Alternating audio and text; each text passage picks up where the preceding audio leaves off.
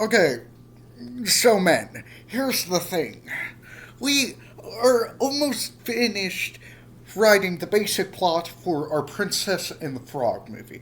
We pretty much have the whole story by now, but here's the thing. We need a good villain death, because no one just likes a villain going to jail in a kid's movie. I mean, death is the road to go down. And, dude, you are brilliant. We're coming up with the idea of making it where kids can visibly see the villain in Tarzan get hung from vines in the jungle. That was genius. Thank you. But here's the thing. We've gotten some complaints about the deaths. What do you mean? Good question. You see, the thing is, kids don't like... adults don't like their kids watching deaths happen in a movie. Like, a little bit of blood is already bad, but death... So, we need to think of something that's a good punishment, but doesn't have death in it.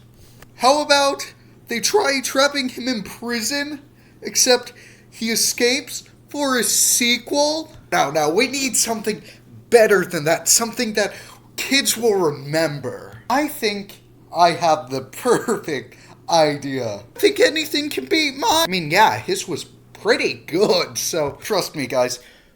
You and children are gonna love this idea. Trust me.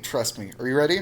Sure? I think we're ready for this. It can't be that cool. So he doesn't die.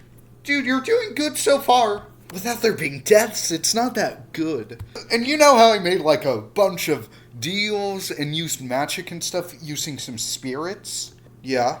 How about instead of dying, the spirits drag him to the underworld in a horrifying way. Like a gravestone opens up, like a mask. It looks like a mask, and then the mouth opens up, and he gets dragged into it, representing him being dragged into the underworld. That is the stupidest, most genius idea I have ever heard. Don't you agree? No! Ignore him. He said yes. Think that's a pretty smart idea? Yeah! Oh my goodness, you are genius. Let's add this into the children's movie. Okay, good. Let's see. The next movie I'm working on the villain death for is this movie called Wreck-It Ralph. We need to figure out how the villain dies. So here's the two main villains. These bugs that anything they eat, they turn into, and this guy who's a king of this magical video game world, where it turns out he's villain that's mentioned earlier in the movie. Sorry if I spoiled the movie for any of you. No, I've read the script, you didn't. Oh, goodness. I can't think of anything.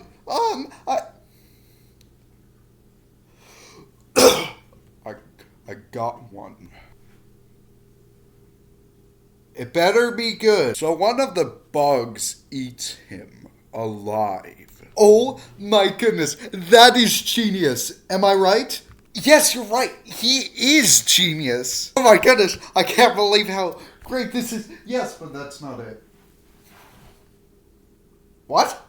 The bug turns into him, so it's this creepy bug king monstrosity that starts to beat up the protagonist.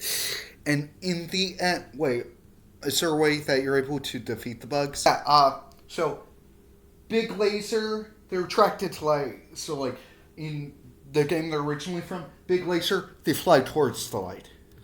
So there's this Coca-Cola volcano, and the protagonist sacrifices himself by dropping Mentos into the volcano, making a giant like lava light thing, and then the villain, the monstrosity, just tries flying away, but the bug part of him is forcing him to fly into it, meaning he has no choice but to die from being burned alive. Oh, we're the best. We are. Yep, we are! Boom! Every child who watches these movies aren't gonna be traumatized. You are right. They are, they just need to grow up.